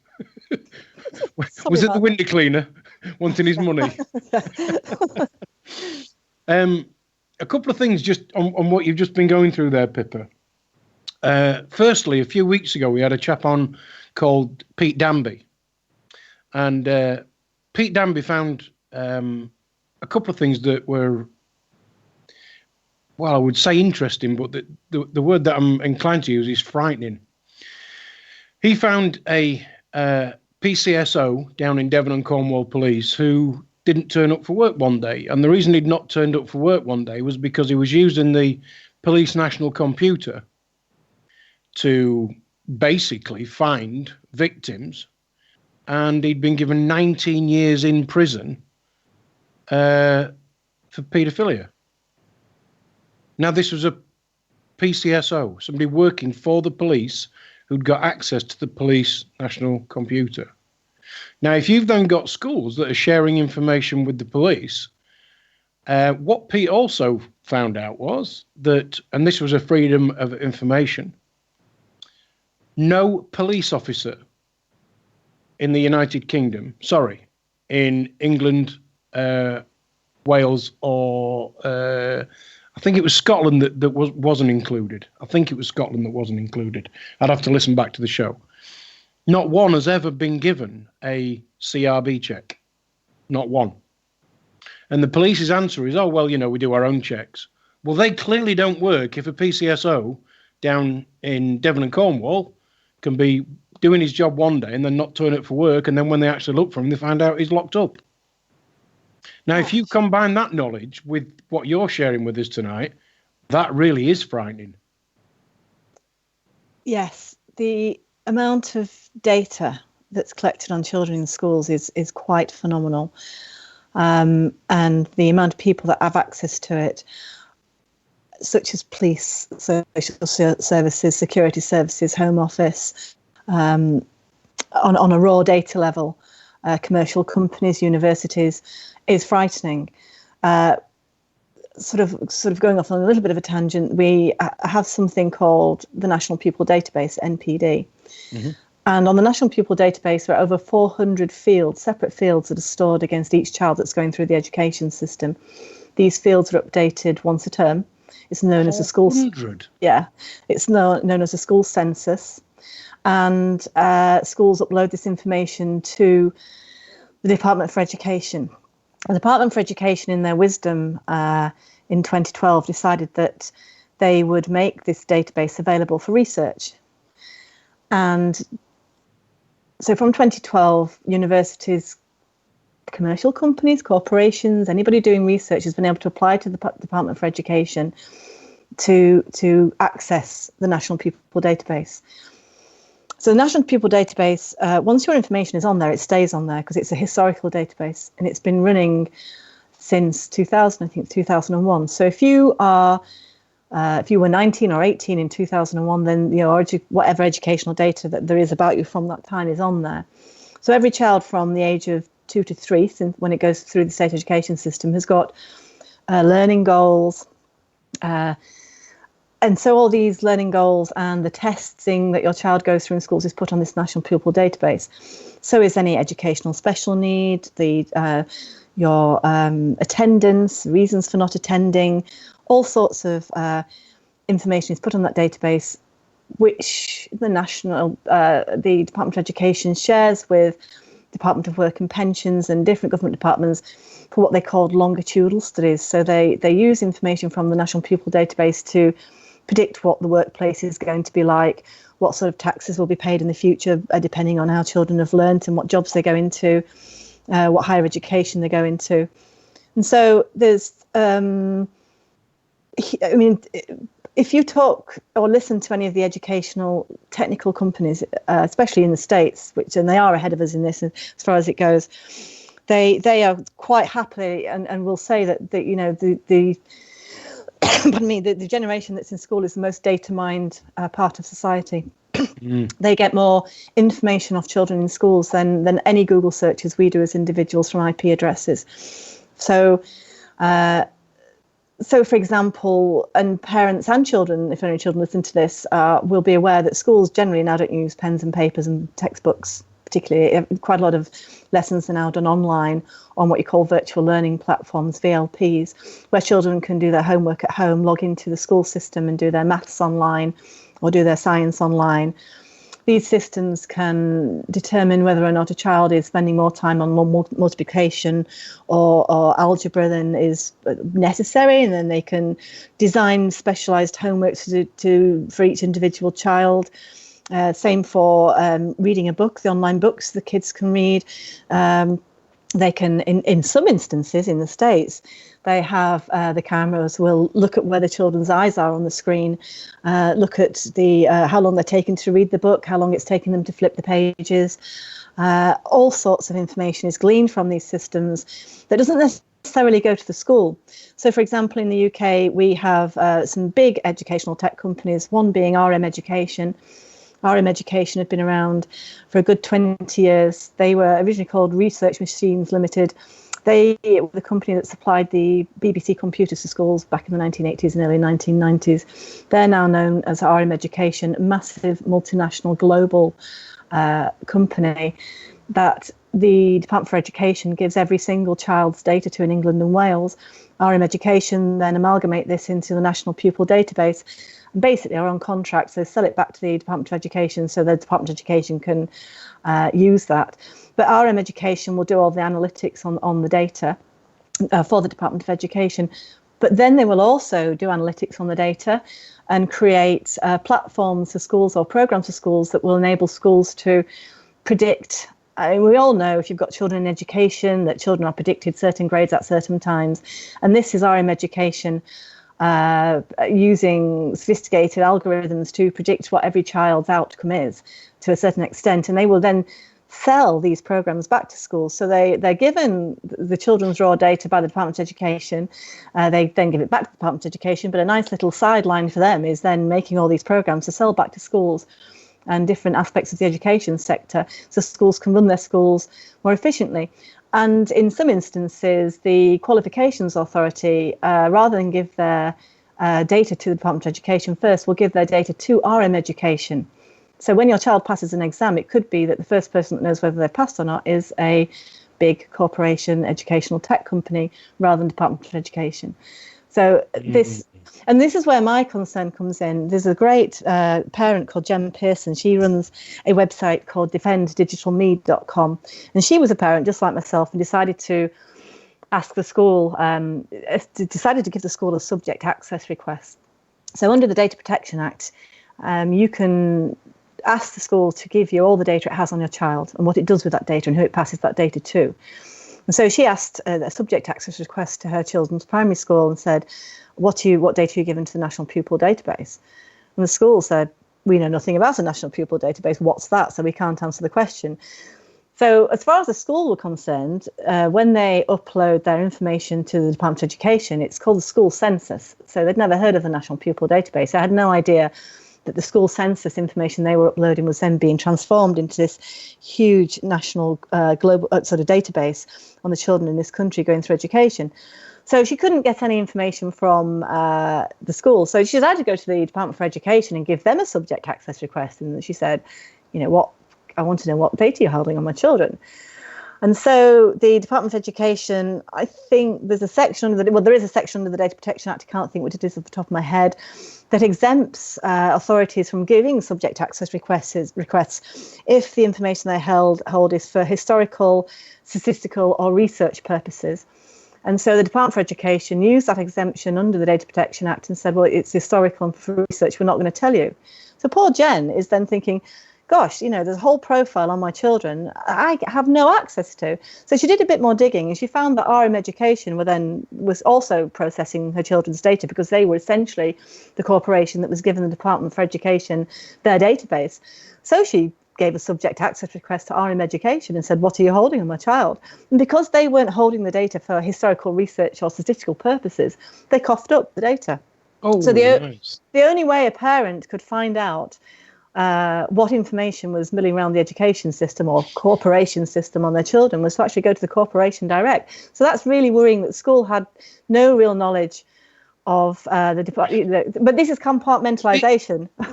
The way it strikes me, Pippa, is that the kids are, and most parents are just oblivious. Oh, well, we'll just give you this information. And exactly the same mindset is used by the schools and the head teachers to pass that information up the line. Yeah. Exactly the same mindset is, what harm can it do? Well, this is where my concern sort of comes in, because in the States, they are actually one step ahead of us in this respect, in the fact that data is only good to be processed and used for commercial purposes or any sort of research purposes if it's pure. And the purer the data, the more value it has, the more worth it has. So in the States, with this in mind, they have decided that to make sure that the data is as pure as it can be, they will take children's biometrics every time a child logs onto a virtual learning platform. Not content with a fingerprint, because a child could log on with a fingerprint and their best mate or their older sister could come and do the maths homework. So the system they had going on the west coast, in San Diego, was that every 60 seconds, the particular iPad that the children were using would scan their face to make sure it was still the child in front of the iPad that was doing the homework. This was probably about 18 months, 2 years ago, and the parents were outraged by it, rightly so, and kicked up a fuss. But this happened initially with RFID in schools in the States, but now that's sort of used. It's just a question of softening. And so that particular facial recognition program was pulled. But I can sort of see I can see the logic behind it. I mean, don't get me wrong. I'm not against biometric technology. I mean, it's a tool much like a hammer can be used to, put up a house or cleave somebody's head in. Biometric technology is the same. It can be, in good circumstances, for high security purposes, in exceptional circumstances, yes, use it, but not to fingerprint or facial scan children in schools.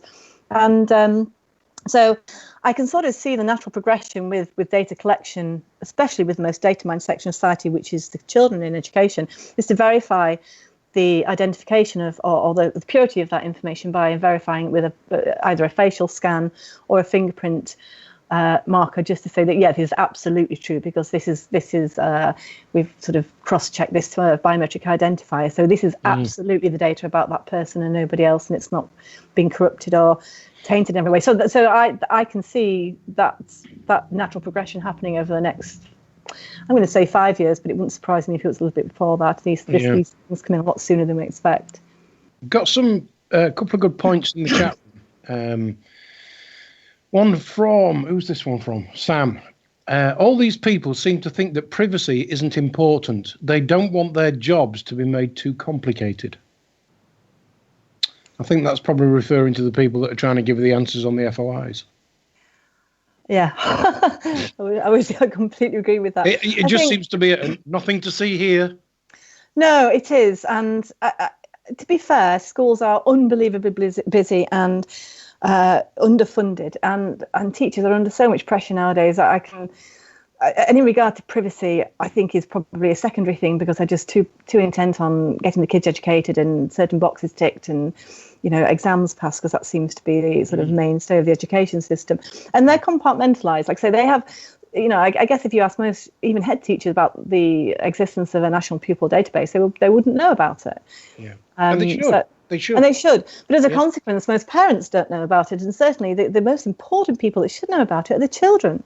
Because every single keystroke they're doing is being logged and analysed, and they're getting profiled. I mean, at the moment, it's, just in the education system, and it's for their own good, because we can, possibly say that you need a bit more homework on this subject because you're slower at doing that on the virtual learning platform. But actually, you have no idea where that information is going to go. And certainly with the longitudinal studies that the Home Office are doing with the Department of Work and Pensions and the Department of Education, that data goes in at a raw level. And okay, the reports might come out as aggregated reports for long-term studies, but somewhere there's a whole history of what you've eaten, your attendance, your educational performance. And it's very difficult, as Jen found, to get that information from the government or from the school. And she had to go to the corporation that was processing the data in the end of the day. So surely the schools have got a duty of care to the children to know that when they pass that information up the line to these private companies, what's actually happening to it. The school won't know. The school doesn't. The schools don't have. I would. Why would they? The Department of Education doesn't tell them, and unless you do a bit of digging and research, this stuff is not sort of readily available to find. It's only through sort of. I had one parent in the States that put it in a really succinct manner. She sort of said it's like pulling a string on a jumper, and you keep pulling, and it just unravels, and the more that you pull, the more you unravel. But this data is never, this information is never given as a fait accompli to schools. I mean, parents. One of the questions, freedom of information requests I sent out before Christmas. I'm in touch with Jen Pearson on this, and we asked some questions on data sharing, data protection, and privacy. How you're telling the kids and parents what information you're sharing and who you're sharing it with. And the schools have just answered not applicable, NA, not applicable. They don't tell parents. I mean, there is a standard privacy notice that's sort of buried within the Data Protection Act that is a bland privacy notice that is maybe about 5 paragraphs long that you can fit on half a sheet of A4 that schools just give out. And that sort of covers all aspects of school life, and any companies can give that out. It's a non-specific sort of privacy notice, and in my opinion, the Data Protection Act needs to be revisited as soon as possible. Yeah, because it's clearly inadequate, isn't it? It's out of date. It's completely out of date. Yeah. It might as well say that the national speed limit is 12 miles an hour, based on the fact that nobody drives a car because we haven't invented them yet. Everybody's still in a horse-drawn carriage.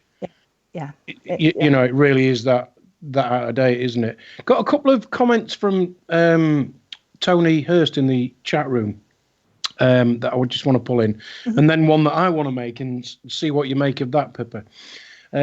Tony's put, this is where the augmented reality and mixed reality glasses will kick in. They will save schools a lot of money. Like many things, technology can be used for good or bad. I would agree with that. Augmented reality and mixed reality does have a very positive side, which I can see. Now, when you were talking about the virtual learning, was it platform or program? Yeah, platforms. Platform. Yeah. If you sort of follow that through, I could see in a few months, few years, where children go to the factory every day and they sit in a classroom, each with a computer screen, and there is no teacher. There's a security guard dressed as a fascist in black with all of his pepper spray and everything. And all these kids are all sat learning on a virtual learning platform. And at the end of the day, it prints off a list of who should do what homework that night. And then the fascist, who's the security guard, checks it every morning. And if it's not right, off they go. Almost doing away with teachers, because all we need is one teacher, or even a recording of one teacher giving a lecture. It is funny you should say that, Ade, because this is the model that's being put forward in the States at the moment. There's a particular type of school, I would say not like a Steiner school, but almost like on a Steiner school scale, private schools that have, it's all virtual learning platform. And there's maybe 12 children in a class, and it's not done by age, it's done by ability. So you might get a 12-year-old sat with this 8-year-old, and then you have what you call buddies. So you might have one buddy to 12 kids, and these 12 kids are sort of spending a proportion of the time on a computer, and the computer educational software is analysing them, and like we said, the keystrokes and what sort of speed they're doing certain subjects in. But having said that as well, there's an awful lot of art and creativity as well involved in that sort of educational system. I forget what it is off the top of my head. I was looking at this maybe a year ago, thinking, oh, that's interesting, because I guess it could be argued that that's a good way to teach a child, and the system will pick up its weak areas and strong areas. But isn't that what a teacher's for? And where's the sort of human contact with that? Yes. One of the I think it was No2ID that made a really good point. If you're using biometrics, fingerprints, or any sort of facial recognition, or what for classroom registration, where's that eye-to-eye contact when you're sort of saying each child's name, and you're looking across the classroom, and oh yes, little Johnny's there and Sarah's over there, and judging by how the child is, or you all sort of get a sort of relationship together as a group, as a big family. Now, if that's been taken away by technology, and you're simply clocking in with your fingerprint, and then you're clocking in on a computer screen that's constantly recognizing it's you all the time, that sort of collective humane learning experience goes. 1984. Yeah, it becomes an individual thing. And, I'm a musician, and I've played in various different orchestras and bands, and I've found that I've learnt as much from the people sat next to me that I have done anybody that's stood instructing me sort of in front of a classroom or in front of, conducting an orchestra or whatever, that you pick up and you learn from those people around you. Now, that sort of aspect of education goes, but that's how we've been as human society for thousands of years. We learn collectively. We learn off different things off different people. It's a difficult area, really, but this next generation are so addicted to screens, and there's been some really interesting research on it about the sort of chemicals looking at a screen, interacting with screens do to young minds. It's almost like addictive for them, and certainly I think the prospect of taking somebody as a teenager's phone away, or even a primary school kid's phone away, could send them into a sort of a mental spin and a panic, because they've not got that sort of extension of the world on in their hands. So there's a whole debate and issues with privacy, but with the state of education, how people learn, that's really not being had. And as I say, that the advancements of technology are going so quickly that the debates is almost sort of obsolete because the technology has moved forward. But going on to sort of augmented reality and mixed reality that Tony was talking about, I can see that, yes, it is a tool, and it is a tool, but it just needs to be used responsibly, and with a knowledge of how maybe that affects children's interaction with other humans, and what would that be? What sort of human are they going to be like when they're an adult? Maybe if they've not had that sort of interhuman reaction when they were younger, it makes them have maybe a bit less empathy because they've not been around other humans. Because, like I say, everybody's different. Like, I have different levels of privacy, hence why I campaigned against biometrics being used in schools. But it's only by sort of knowing what other people's levels of privacy are that I can sort of think, oh, well, I must be right up here, But that's okay. But I respect, because I'm interacting with other people, that they don't feel the same as me, and I'm not going to tell them what to do. But I think they equally must respect that my levels of privacy are higher than theirs. But I wouldn't get that from a computer, being sat in front of a computer. The computer would tell me what was acceptable, and I'd just, maybe sit and take it. Yeah. And one thing I did pick up on in the first hour when you said that there were, what about if you've got a child who can't go in for his lunch and he's got to sit outside? Where's the interaction then? Well, that's right. But that child's just being excluded. Yes. And that would make them want to comply, I think. Yes. There's terrible pressure. Well, I say terrible pressure. There's a lot of pressure. Peer pressure. Yeah. And I know I've had parents sort of say to me, well, I'm not really happy with the fingerprint system, but my child really wants to be fingerprinted because he wants to be like all his mates. That's a difficult one, really. That's a conversation they need to have with their kids. I mean, I'd just say to my kids, you're not being fingerprinted because of X, Y, and Z, and but I can't tell people how to parent either. Everybody's, my way is not necessarily the best. Everybody fumbles through parenting because there's no handbook that comes with it. We just hope we've done the right thing by our kids at the end of the day. But it is. There are many issues. This is what I say. It brings up many issues. This the use of technology and data collection and profiling, and I think really, I suppose, the one thing that I would really like to do, and Jen I know would really like to do as well, is to make, it's not so much to preach to the parents, but to say, okay, kids, this is your I'm going to be dead in 30, 40 years time. You're going to be alive. And the amount of data that's being processed now on you is going to be, tilly bitty in comparison to what's going to be processed to you in 50 years' time or even 20 years' time.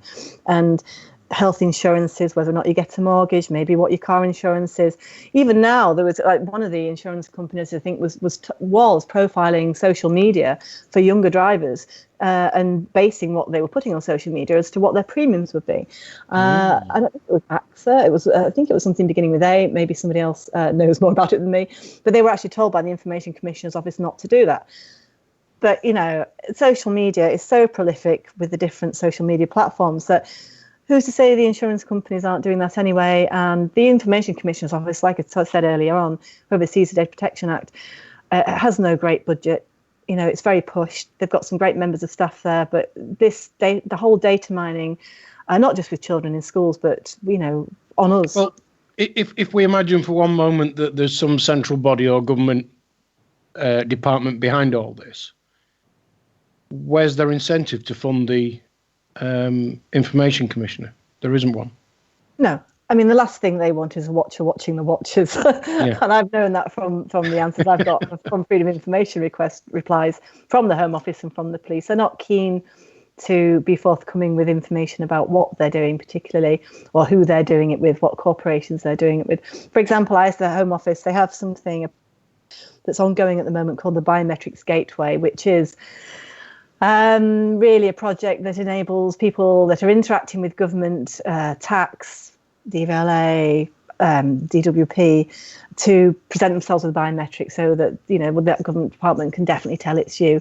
Then, of course, I was talking about them going out to tender for a supplier to produce some sort of platform whereby they can get this facial recognition across different databases going. When I actually sent the Home Office a Freedom of Information request to request more information and details about what they were doing, they just came back to me and said, no, national security purposes. So I thought, I did think, bugger that. So then I went on to, the government has a website which details all the contracts and tenders that they're going out for. And there is, in plain sight to see, in the public domain, was the tender in fairly good detail about what the Home Office was up to. So that they had refused me that request on national security, when actually, with a bit of digging, I actually found the information I wanted myself. So they're deliberately not giving me information that they could do, and they're choosing just to say, no, it's national security, and I think hoping that I'll go away. But in actual fact, they do have to, I'm guessing by some legislation, sort of be open and honest about what they're tendering for, so that there's a fair tendering process. So the information was there, but they chose not to answer me in a Freedom of Information request. So there is a certain, I do detect a certain level of non-transparency. No, the very least. You don't, do you? So it does. when you're doing research and looking into this, it does make it more difficult. And Jen, this other parent that runs the Defend Digital Me website, which is all about sort of children's data and the transparency of what schools are doing with it, she's done a huge amount of research. I mean, it's almost like a full-time job for her, and it can be for me as well. And I suppose when you feel that strongly about something and you do start to uncover the lack of transparency that's going on, it's concerning. And she's done a really good job with that. I can't take any credit at all for what I've been talking about, the national pupil database, because she's uncovered an awful lot of that.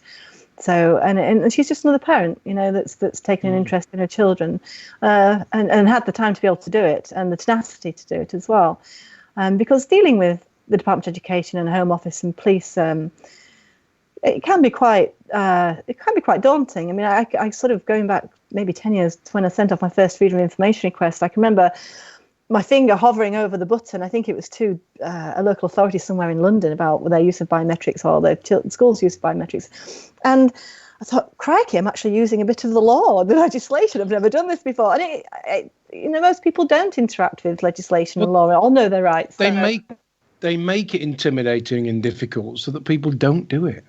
Yes, yeah, and I was intimidated. I know it sounds silly. Because we're all taught when we're at school, you don't question authority. And that's why when my first headmistress, when I was at infant school, whatever they call that now, said that my brother was good, my sister was great, but Adrian was going to be brilliant. No, Adrian was going to be a pain in the arse to everybody, because all I've ever done is question everything. Yeah, and I always knew that there was something wrong, and as I've said many times on this show, I've got Jason Holmes to thank for giving me the kick up the arse to sort of think about my own thoughts, really, which is why I'm sat here doing this. But Pippa, we've got about 8 or 9 minutes. What I'd like to do is ask you a big question, but I want you to leave enough time at the end to let everybody know where they can get hold of you or where they can research you and what they can look at and find out the information that you come across that you can share. And the question is this: what's the end game? Oh, gosh. I'm good at difficult questions, sorry. Okay, the end game. Okay, if I go from a negative point of view, I think the end game is a 1984 sort of Aldous Huxley Brave New World scenario. I read those books again for the first time about 18 months ago, and it was frightening. I've not had and read them for a couple of decades, how relevant those books were. I think if we as a society don't value our freedoms and privacy, which is a freedom, once privacy is gone, we don't have any freedoms. Mm-hmm. That's a really dangerous way of abdicated responsibility control to people in power, whether it be corporations, people behind the scenes, government, and then our freedoms have gone. Where's it going to go? I think possibly transhumanism, chips under the skin, because that's happening now. If I'd have said that 10 years ago, I'd have been laughed out of any sort of discussion with a privacy organisation or anything like that. But there's a company called Dangerous Minds on the west coast of the States that are selling these chips, and people are willingly putting them under the skin. And I remember a news report, and probably certainly within the last 12 months, I would have thought. And it was we're the first family to ever have our own chips. Instead of keeping it in your credit card, we're going to do this so that when my child goes to school, they can just wave this chip under the door and I can go shopping at Tesco's. And I'm thinking, what? And that's within the last 12 months that was on the news. And they were up there as this is going to be the future. And I'm there thinking, it fucking isn't in my house. Well, I think it's Amazon that are doing an Amazon Go range of shops that have just opened in the States. So you basically log into Amazon with your phone. You walk in the shop, take what you want. There's no cashiers, no security. As you walk out the door, it just logs the item that you've got by a chip in it and your phone. So it automatically deducts your account. So, and that's the next stage for that is because phones are so much part of our lives, especially if you're using them to pay for things, to identify yourself. I mean, you can use them for train tickets and everything. Then, crikey, if you lose that, you've lost your identity, your bank account, your mode of travel, your purchasing ability. The next logical step is just to stick it, a few. I was just going to say, the skin. my view is what they'll do, they'll make the phone something you cannot do without. And then they'll create the problem of, we've had so many people losing them and losing their identity. So what we've decided to do now is make it so that it's actually under your skin. That's exactly the argument. And it's almost like it's a solution to a problem that doesn't exist. Yes. This is what they've said about fingerprinting in schools. Well, people can forget a PIN number. Excuse me, if you've got kids in your school that can't remember a 4-digit PIN number, how the hell do you think they're going to pass a GCSE? If you can't teach them to remember a 4-digit PIN, how are you going to fill their brains with knowledge that they're going to sit an exam for? So that's rubbish. Or they lose their swipe cards. Well, in which case, the kids then need to know that there's a value to the identity that's on the swipe card and that they need to take care of it. That's their identity. But instead, you can't lose your fingerprint. But what you're doing is you're then giving the responsibility of your food and your lunch to the school, and the only way that you can access it is via your fingerprint. Whereas if you have a swipe card or if you have cash, you have the responsibility, you have the power to pick what you're going to purchase and whether you're going to purchase it or not. And again, this is one of the subtle reasons why I'm not keen on biometrics in schools, is because it puts the balance of power with the school. They basically own you. They've got your money, they've got your food, and the only way you can access it is by your fingerprint. Yeah. And this is the same. And by, in that sort of token, when we're talking about false negatives and false positives, the system could switch you off. Yes, exactly. And that's a scenario we've all got to consider in this, and having cash and. I've got a thought. I deal with money all day, and everybody hates these new fivers. Because if you get a pile of £5 notes, it's just like a springboard. You can't have a pile of them. They just jump all over the table. But I can put, £2,000 worth of £20 notes in a pile, and they'll just sit there quite happily. That's a good point. Me being a bit cynical, I think what they're doing is they're making the money so that we all hate it. So it's like, well, don't worry then. We'll just put a chip under your skin instead. I think long term, that's where it's going to go. And I think the idea of it is becoming more acceptable to people than it was even 5 years ago, because of the way we rely on technology, and especially the younger generation, especially with it being in schools. Right, let's read these couple of comments we've got. Unique Lee's asked, can you link Pippa to the Minds channel? That's minds.com. Some great videos on there, apparently, showing the agendas. And another one from Unique Lee, I think people are missing the bigger picture. When man is replaced, man is no longer required. Once the great work is done, it's the scrappy. Because, well, at the end of this is my words now. We're just useless eaters, aren't we? Yes, we will become that. Which is why, if I do go in a big supermarket, I will avoid the self-checkout tills like the plague. I will go and give, somebody's there earning a living is a human experience. Yep. Definitely, I would rather queue for any amount of time than I would go through a self-service. I've actually had them say to me, do you want to come up to the self-service? No, thank you. No. And they say, well, I'll put it through for you. No, thank you. Why not? They should be banned. Yeah. If I got my way, I'd just smash them all with a big hammer. No. And they look at you as if to say, what's wrong with him? And I say, well, what about your job then? Do you not want it? Because in a year's time, it's going to have gone. Well, look at Amazon Go. I'm sure it's called Amazon Go. That's we're talking about a shop without anybody in there because you don't need to. And the great thing, they'll say, well, theft, you can't thieve anything because, it's all microchipped. And I guess if people are microchipped and it's under their skin, then you really cannot thieve anything. I don't know. Where's it going to go? Hopefully the next generation will stop it from doing that, though. I don't know. Yeah. I don't know. Right. We are running short of time. I don't want you to rush this. I want you to tell everybody good websites that you've used, and then where they can look at your blog and the work that you've done. And also, if anybody does feel, I was going to say the need, but it's the urge, because once this gets hold of you, it's like it's just like you just become a dog with a bone. You just cannot let it go.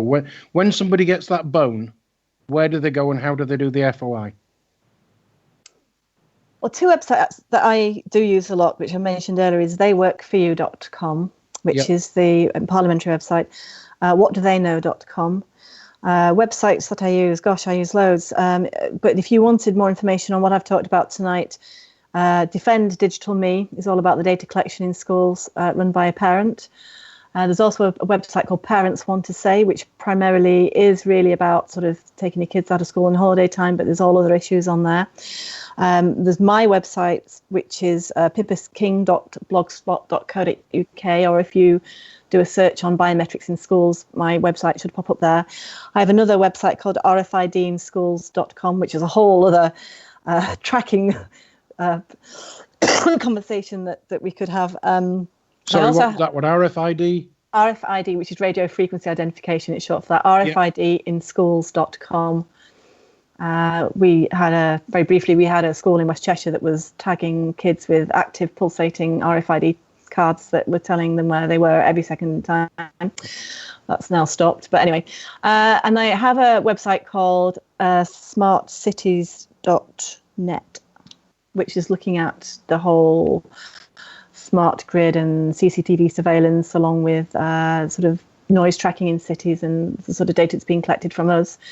And also I have a collaborative website with other authors called statussurveillance.blogspot.com, and that sort of pulls in the whole surveillance sort of aspect there.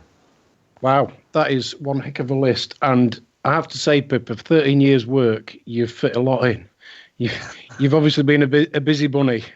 Well, like you said, when something like this does grab you and takes hold of you, it changes your life, because you start to sort of see the sort of wiring beneath the floorboards, as it were, of the establishment, and it changes you. It has to be said. But I also want to put a shout out. Not, people don't have to necessarily do their own research. There's a lot of people that are very knowledgeable. I have to say that if it wasn't for my husband supporting me during the past sort of 13 years, he enabled me to go down to London to lobby, to put the amount of work in. He sat through me hours on a computer when I should have perhaps been parenting my kids a bit more than I was. And he really enabled it to happen. So if it wasn't for people helping other people in that sort of fashion, and I wouldn't have been able to do what I did. So a big shout out to people who don't necessarily take the role that I take, but that there's as much, if not more importance, sometimes enabling somebody to do it. That's really, really important. If you've got a partner or a friend, that's equally as important. And big respect for those people, because if it wasn't for them. Yeah, I have to agree. If you haven't got the people around you, you have to get your own house in order before you can try and change the world. Pippa, judging by all the comments that we've got coming through, you've done a fantastic job tonight, so thank you. And just to answer everybody's questions, who's watching the Watchers? The answer's Pippa King. So, keep it up, more power to your elbow, mate. I'm just going to wrap up by telling everybody what's going to happen later tonight. At 9 p.m, we've got Happy Hour Extra with Not Dr. Tamara and Tina. More Raconteurs news tomorrow night, 8 till 10, with Andy Young and Jason Holmes. And then tomorrow night, 10 to 11, Happy Hour with Not Dr. Tamara and Tina.